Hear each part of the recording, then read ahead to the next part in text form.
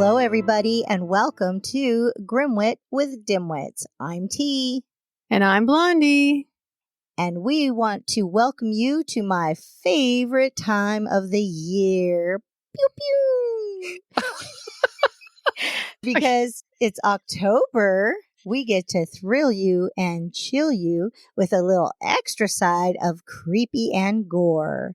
Welcome to Oxbookterfest.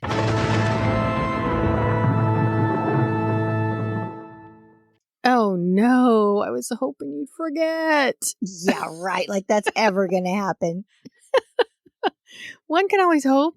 No, every month would be Oxbookterfest.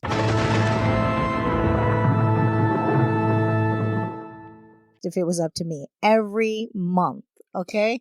And we are thanking goodness that it's not up to you. We are thanking goodness. Thanking goodness. Leave it alone. It works. Okay, let's thanking goodness. Do you have to pick all these words that are very hard to pronounce and even spell? You know, speaking of big words, I had the freaking funniest thing happen to me yesterday when I was in the car. So you and I were texting back and forth, and you know, I'm using my car to text you. I'm using Siri. Right. And so whatever we were talking about, I was trying to agree with you. And all I said when she asked me, what do you want to send? You know how she does, what would you like to send? And I said, abso-freaking-lutely. Okay. Very clearly, just like that. And she says, you would like to send abso-sneaky-mutely? I was like, no, change. And then she comes back and says, I'm so freaking leaky. No. Yes. I was like, I'm so freaking leaky. Not even close. She knows you so well. Right. She's like, I've been around you for a minute. I was laughing so hard. I'm sure I was making a little bit of a scene in the car because I was just like, ah. And then I tried to say it again a couple more times. She was just not hearing me. And I just thought, forget it. Now it was in my voice. I was cracking up too much. I'm sure she didn't understand me after that. Not her fault at that point. But dang, Siri, come on now. Put your listening ears on. You know what? It's not her fault at all. Can you imagine if you received a text from me saying, I'm so freaking leaky? I would have said again. I thought you got medicine for that. Depends. What's wrong with you? Depends is what I need. That's what she's trying to tell you. I'm surprised you didn't re-navigate you to Walgreens. Right. Walgreens. Oh my gosh. Anyway, I was dying. And you probably look like a crazy person to all the drivers next to you. Absolutely, I look like a crazy person. But I couldn't reel it back in. It just tickled my funny bone so much. It's the simple things in life, isn't it? It really is the simple things in life. But dang, Siri. Yeah, Siri had me going. If she had eyes, she was probably rolling them. Right. So speaking of the simple things in life, today I had my chiropractor appointment. Okay. Very quick, very easy. I go for my maintenance every few weeks. Always feel better when I leave. I finished my treatment and I come out of one room, and as I'm walking in, there's a gentleman coming in to go into the room next to me. I looked at this man and I could not help myself. I got the biggest smile on my face, almost like that movie Smile. Have you seen those smiles? I've only seen the lady's face, yeah. Little creepy smile. I love my husband very much, but I will tell you right now, this man was hot. And when I say hot, he was like bad guy hot. That's hot. That's hotter than regular hot. That's hotter than regular hot any day of the week. I just couldn't help myself. And I stared him dead in the eye and smiled. Creepy. I was so creepy. And he looked at me and he like started to smile. Like, I don't know if I should smile this way or not. And then he went, oh, that's right. It's Oxbookterfest.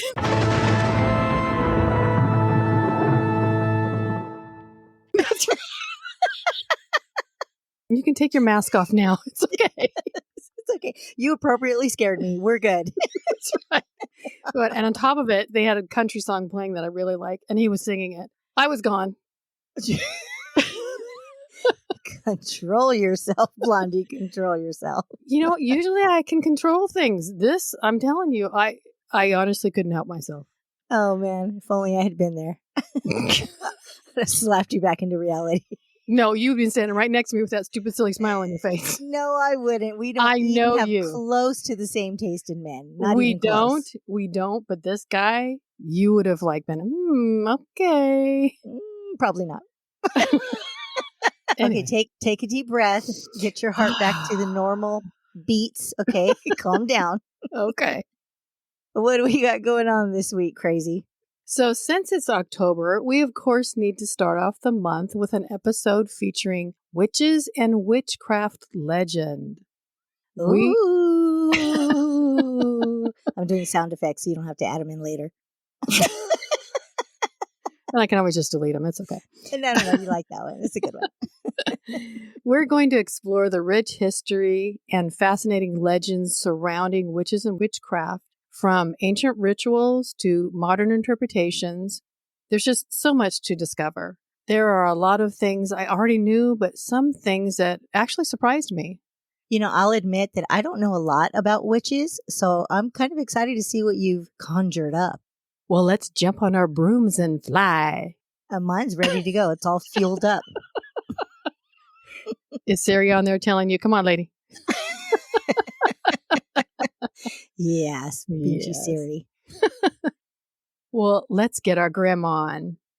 Early witches were just people that practiced witchcraft. They called upon the spirits for help or to bring about change using magical spells. They were thought to be pagans doing the devil's work, but were simply healers using natural methods. I like how you made them sound almost angelic, just sweet little natural healers. Well, that's my job. You got to look at both sides of the coin. Okie dokie. Dating back, we aren't sure when witches first came on the scene. However, the earliest record of a witch is actually in the Bible, book of 1 Samuel. King Saul went to the witch of Endor to summon the dead prophet of Samuel's spirit to help him conquer the Philistine army. But when the witch called Samuel, he prophesied the death of King Saul and his sons. According to the Bible, the next day Saul's sons died in battle, and Saul committed suicide. Other Old Testament verses condemn witches. We'll talk about backfiring on Saul there. Right. And I don't have all the info, but I think that happened. He and his sons died because he went to a witch instead of going to the Lord.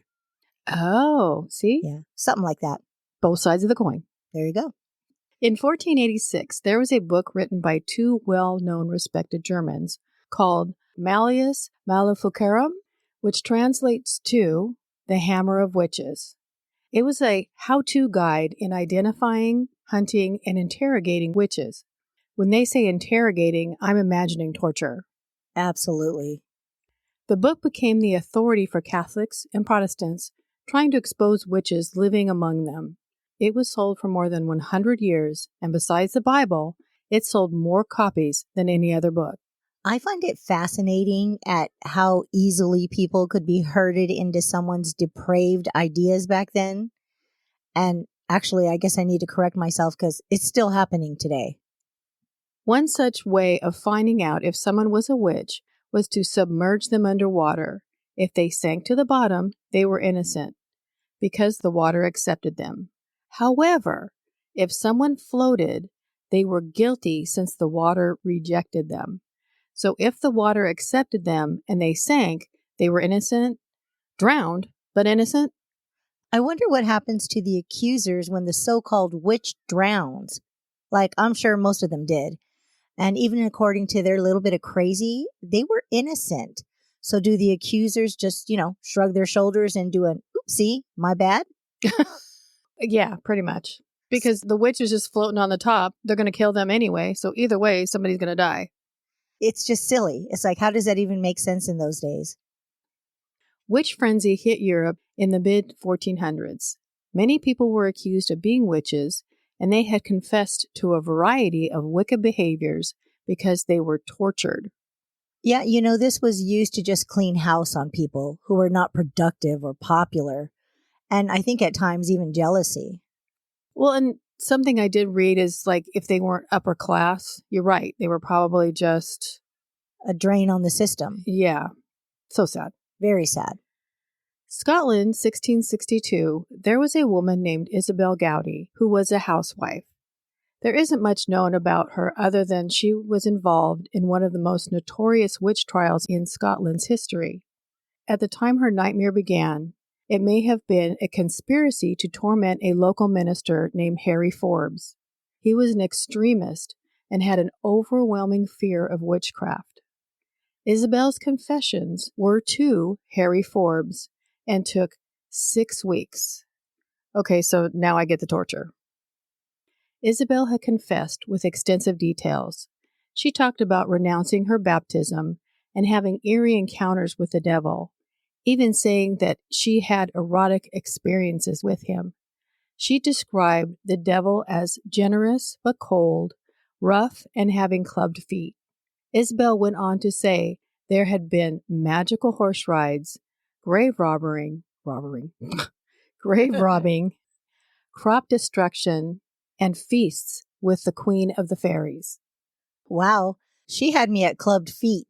And her description about the devil's personality traits just seems like so on point. You know, cold, but generous. I imagine he's a bit of a narcissist, too. Her confessions didn't stop there. She explained that she made clay figures to hurt others and that she transformed into animals. They engaged in witchcraft rituals, mostly including witchcraft chants. So, okay, if she's rolling too deep with the devil, why are they doing beginner witch stuff instead of, like hardcore satanic rituals? I don't know. Maybe they were still on 101. That doesn't seem right. He's got to have more to offer than that. Nobody says what he was generous with.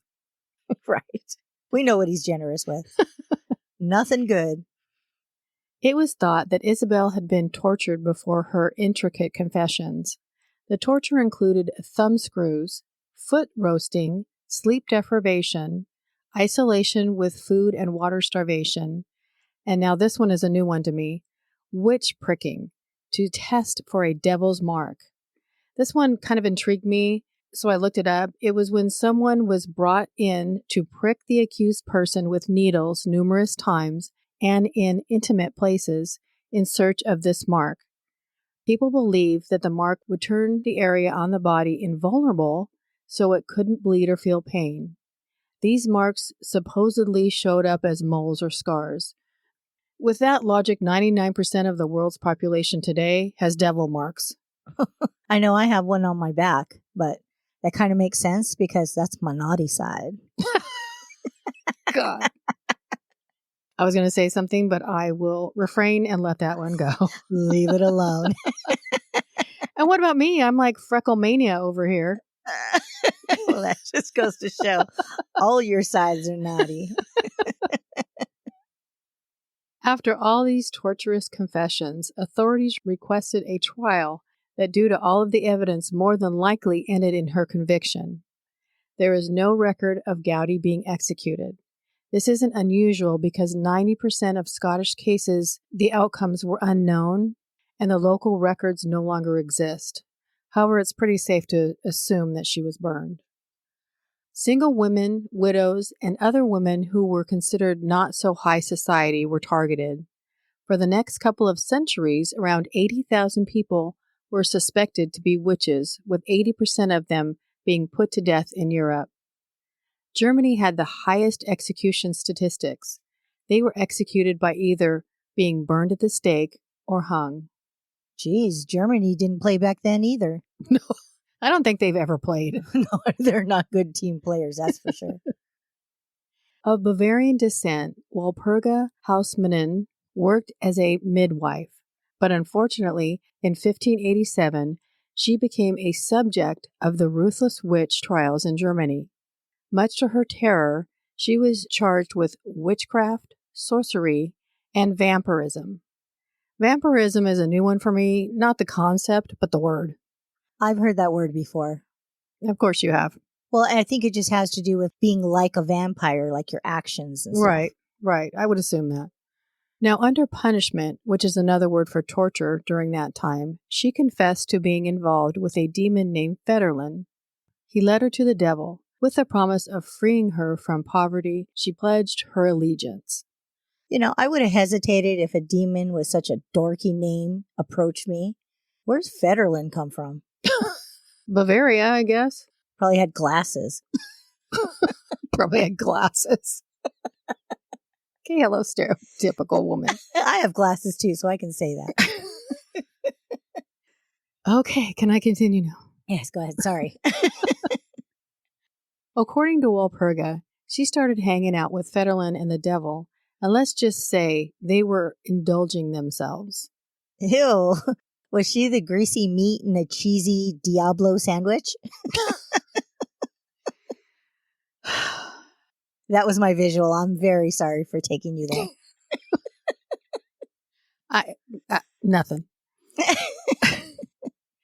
These rituals included the roasted flesh of young humans, drinking their blood, and partaking in sexual activities.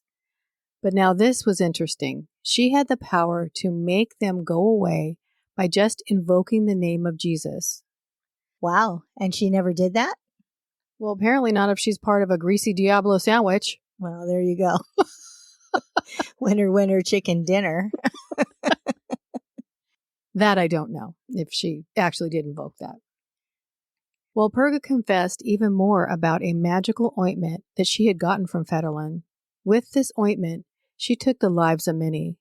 Allegedly, her victims included 2 mothers in labor, a variety of animals, and 41 young humans. Wow, she definitely earned whatever she had coming because that is so evil. She just jumped to the dark side without even hesitating. No hesitation at all. Needless to say, after the gruesome descriptions of what she supposedly had done, it didn't take long for Walpurga to be sentenced. Before she was executed, they performed multiple ceremonies such as branding her and removing her right arm. Eventually, she was burned at the stake, and her ashes were thrown out into a stream. Apparently, they didn't believe in quick and painless death. No, they didn't, because that is so extra. This must have been somebody's full-time job, and they needed bigger and better ways to get their 40 in each week, because that was a lot. Finally, Europe got a hold of themselves, and the freak-out slowed down, but managed to take hold in the New World. In 1647, in Windsor, Connecticut, a woman named Elsie Young was the first woman in America executed for witchcraft. Before 1697, in Connecticut, when the final witch trial took place, 46 people were accused of witchcraft, with 11 of them being put to death. I wonder what the witch qualifications were. I have no idea. You'd have to get that book by the Germans. And it probably wasn't much, unfortunately. Probably not. On the flip side, in Virginia, people were less concerned about witches and witchcraft. In 1655, they even passed a law making it a crime to falsely accuse someone of witchcraft. However, about 24 witch trials happened between 1626 and 1730. No one accused was put to death. You get down with your bad self, Virginia. Damn liberals. You can't talk about witches and witch trials without talking about the most famous, Salem, Massachusetts. I had to do it that way. Yeah, you did. Believe it or not, the Salem witch trials were started by 2 girls, 9-year-old Betty Paris, whose father was a reverend, and 11-year-old Abigail Williams. They began to have fits, writhing in unnatural positions, reacted as if someone was physically hurting them, and uncontrollably screaming. Today, it is believed that they were poisoned by a fungus in rye that caused their delusions and spasms. Reverend Paris tried traditional methods and prayers, but when none of them helped, the doctor was called in to see if he could figure out what was going on with the girls. He diagnosed them with seizures caused by the work of the witches. So it was the doctor who planted this whole witch seed in Salem. I don't think I knew that before. It appears so from what I read, yeah. Wow, interesting. Mass hysteria ensued, when many more young women began to have symptoms. Betty Parrish and Abigail Williams were pressured into giving names of their tormentors. The girls named Tituba, an enslaved woman. The next day, 2 other girls were having symptoms. These girls were also forced to give names. They named Sarah Osborne, who was having property issues and married an indentured servant, and Sarah Good, who was a homeless mother. Geez, no mercy. But, if they were forced by adults, what else could they do? It really wasn't their fault. No, it wasn't. And like I said before, the less fortunate seemed to be targeted. Yeah. Arrest warrants were issued for the 3 women. They were examined by local magistrates. When I say examined, I mean physically. They found no witch markings on them. However, later, Sarah Good's husband said that she had a mole on her back. I wonder what his motivation was to spill the beans, or should I say, spill the moles. The moles look like beans, so you can say either one. Apparently, she had a mole just like you. Yeah. Tituba did confess to being a witch and began accusing others of black magic. Sarah Osborne and Sarah Good both claim their innocence. I mean, the woman's name is Good. That should immediately clear her. I don't think it works that way. June 10th, 1692 was the date of the first accused witch to be put to death during the Salem witch trials. Bridget Bishop was hung in the Salem gallows. In Salem, around 150 people were accused of being witches, and not all of them were women. 18 were executed, and out of those, 6 were men. They never talk about the men. I had no idea.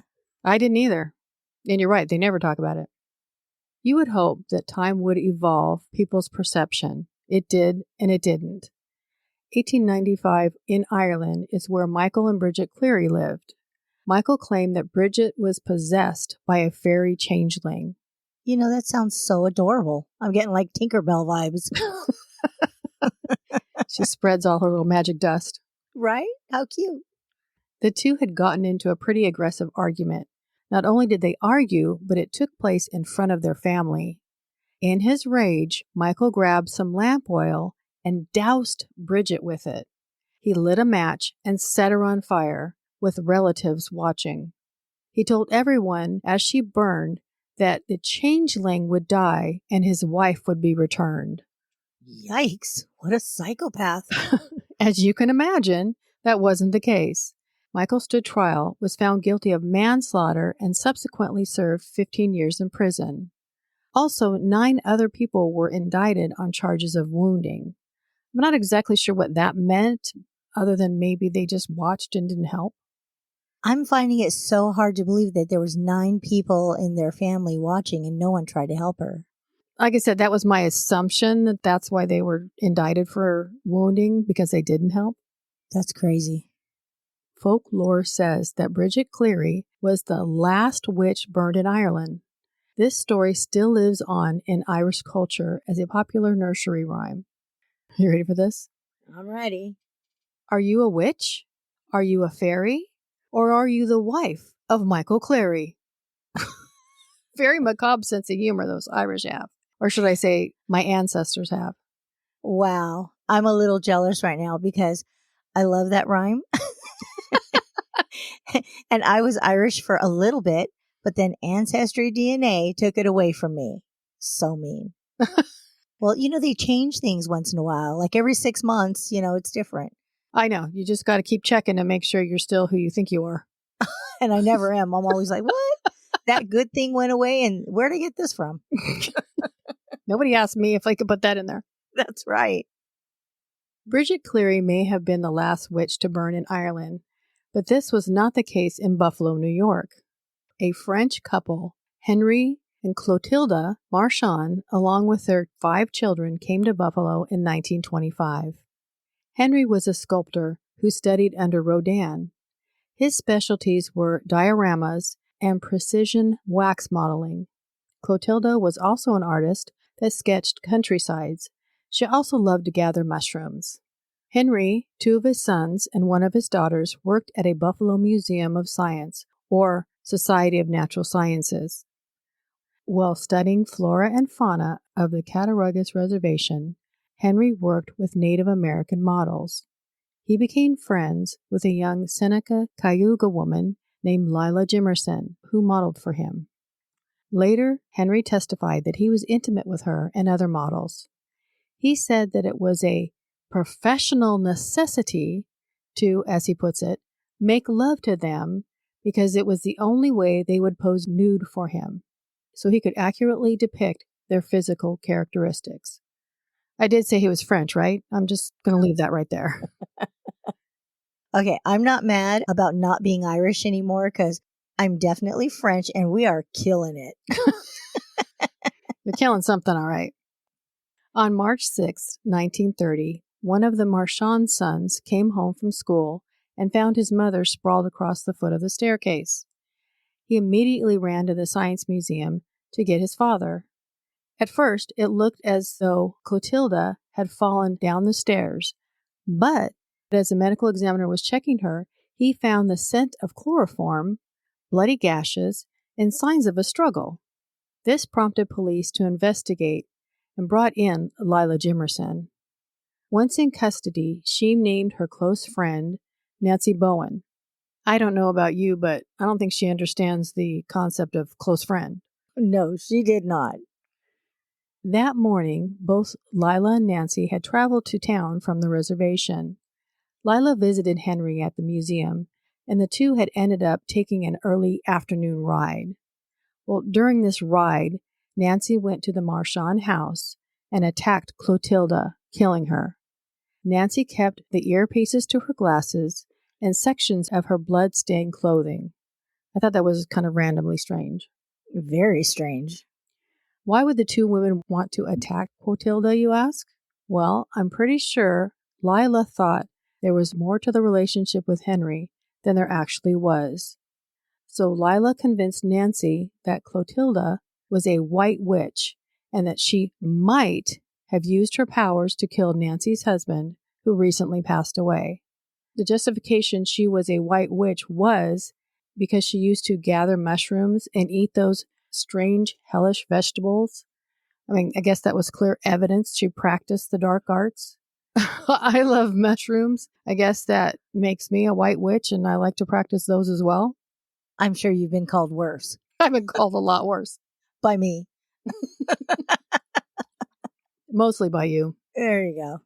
Speaking of me being a white witch, I told you I took that magic test to see if I had witch powers. It said my magic energy was passion. That shut up. That I have always been wise beyond my years, and I'm an old soul. I have the answers inside of me, and I freely give those to others, but sometimes struggle to find the right answers for myself. So what I'm hearing is that I'm passionate, wise, and smart, but can't make up my mind. And before you say it, because I know you're going to, it's implying I'm bossy. I call myself motivational. As most bossy people do.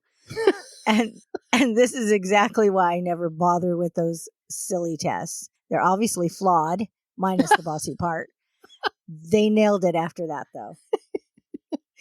I just love doing them just because it's just so nonsensical, you know? Yeah. But for some reason, it's convinced you because this one was actually good. This one was fabulous. Okay, now that we're done with a little side tour, back to the Marchands. The police searched the homes on the reservation looking for the hammer, which they never found, but ended up basically pissing off the elders. To make sure that Lila got a fair trial, they brought in Clarence Darrow to defend her, but he didn't end up taking the case. While the trials were going on, 54-ish-year-old Henry married an 18-year-old girl, and they moved to a country house near Albany. Man, he didn't waste any time, did he? Nope. He's French. Enough said. You're just going to put that right there. At the trial, an anthropologist was asked to testify regarding the instruments used to kill Clotilda. I don't know how much he could testify about the instruments since they never found them, unless he was basing it on the gash patterns on her body. That was the only thing I could think of. But yeah, that's interesting. Yeah. But he said that the instruments were used to expel evil spirits according to the Iroquois belief. Because the reference to witchcraft was used in the trial and the implication that Clotilda practiced it helped with the outcome of the case. Lila strongly denied that there was any evidence that she ordered Nancy to kill Clotilda, that the only thing that she admitted to was the affair. In fact, she also said Henry had reached out to other Iroquois to hire them to kill his wife. Henry admitted on the stand that he had more affairs than he could remember, saying Lila was a minor fling among them. The case was weak, and about a year later, Lila was found innocent, but her friend Nancy was found guilty and given a sentence of time served. They both went back to the reservation. You know, that's crazy. This poor woman, this innocent mother of 5, was murdered, and everybody gets off scot-free. Yeah, they did. It's definitely not enough. She was only in the way of her husband. She didn't do anything wrong. Over the years, there have been many movies made about witches, such as The Witches, The Coven, and a few of my favorites, Hocus Pocus, Practical Magic, and The Witches of Eastwick. The ones I never saw were the Blair Witch movies, which were loosely based on Moll Dyer. She lived in Leonardtown, Maryland, and was accused of being a witch. She was chased out of town and found a few days later frozen to a large stone. According to legend, her spirit haunts and even terrorizes anyone who goes near her overgrown wooden hut. The stone is still there with a marker on it. Of all those movies, I think I only saw Hocus Pocus, and I couldn't even tell you what it was about. I'm surprised that you didn't see any of the Blair Witch movies. Nope, none of that. It just didn't seem to interest me once I found out it wasn't real. I think they're fun. Today, there are more than 1 million Americans that identify as witches and pagans.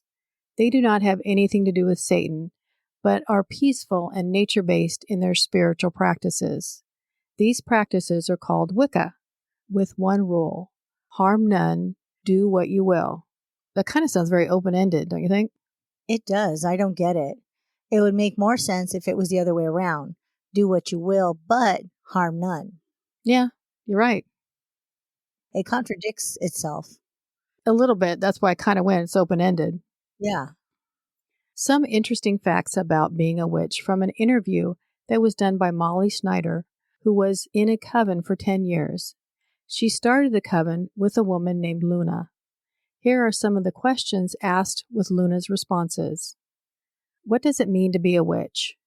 One that follows nature's seasons, cycles of the moon, and works with the earth's elements: earth, air, fire, and water. It also is one's own spirit that helps shape their life. How do you become a witch? You get initiated by other witches, but only after studying for 1 year and 1 day. Witchcraft is an oral tradition taught from a witch to anyone who's truly interested. Sounds like there isn't a Witch 101 textbook. They also call it a religion. It is about one's beliefs. Yeah, it's very confusing, but nowadays anything can be your religion. Absolutely anything. Do you cast spells?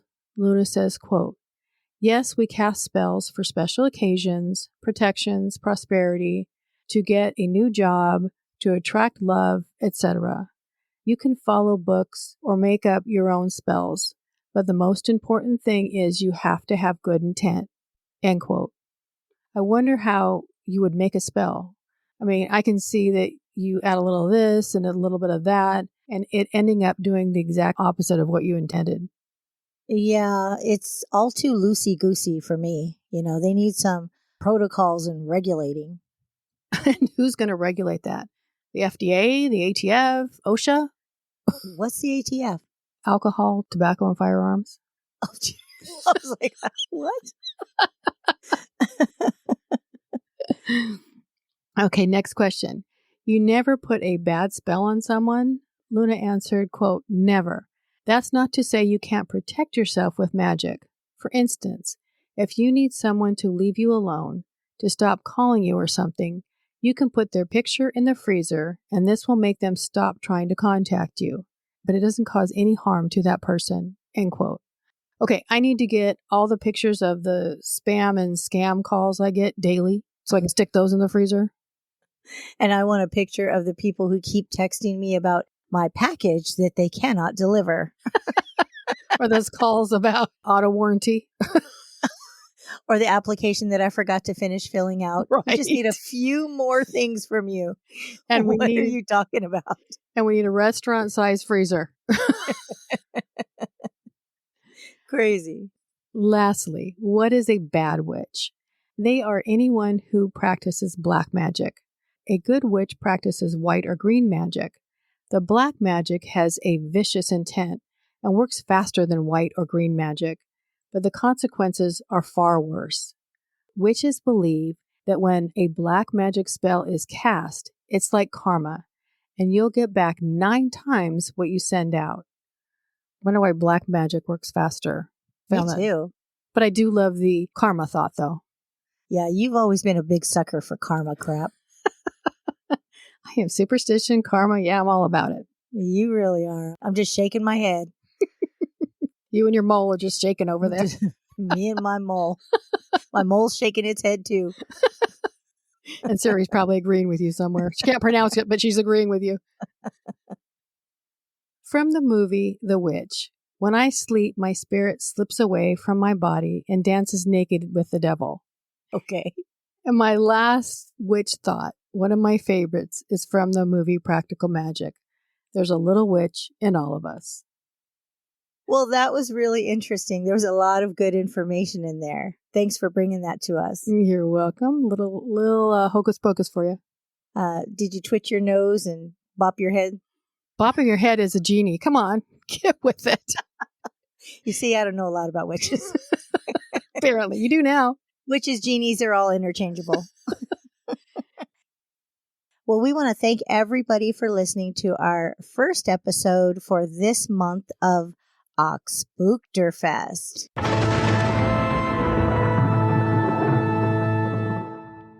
And have fun, take care, and don't forget to let your grimaginations run wild. Goodbye, everybody. Bye. We just want to thank you all for sharing your time with us. And if you'd like to send in your creepy little grim bits, we would love to hear your personal stories, interests, and suggestions. Please email them to grimwitwithdimwits@gmail.com. Don't forget to follow us on Instagram at grimwitwithdimwits, X at grimwitwithdimwits, Facebook grimwitwithdimwits, and YouTube grimwitwithdimwits. Join us every Monday for new episodes, and feel free to share us with your grim-loving friends. We would really appreciate if you would take a minute to rate and review. 5-star ratings go a long way and would really help us out. Until then, we would love it if you'd come back next week to delve with us into the strange and unusual things we just can't wrap our skulls around.